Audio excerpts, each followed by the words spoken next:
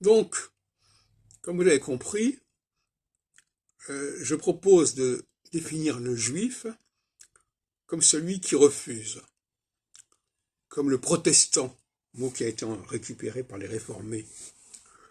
Il proteste dans le sens où il nie les choses.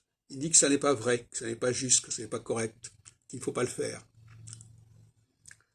Et on attend de lui qu'il signale l'erreur, qu'il signale l'aberration, qu'il signale l'errance, l'altération. C'est son rôle.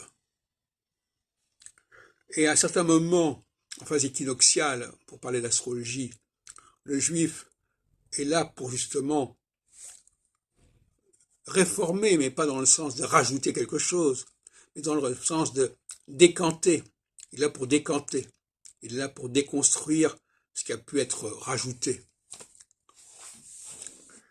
C'est pour ça que le juif, il n'est pas dans celui qui vient après, il est celui qui vient avant. J'en parlais hier à propos de l'émission de Alain Waknin, talmudique, où on faisait l'éloge avec Yann Boissière de celui qui vient en deuxième, le fils, le Jacob qui vient après Ésaü, Isaac qui vient après Ismaël, etc.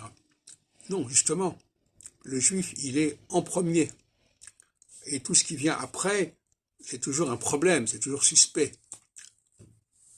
Et c'est pour ça qu'il rejette, il est dans le refus. Il est dans le refus de ce qui est déjà là, de ce qu'on lui propose comme étant la vérité. Il est tout le temps à guetter à l'affût de l'erreur. Et par conséquent,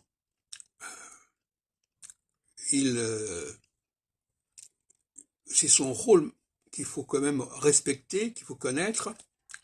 Et un juif qui serait dans la proposition, qui serait dans l'idée qu'il faut rajouter quelque chose, serait tout à fait en dehors de sa mission.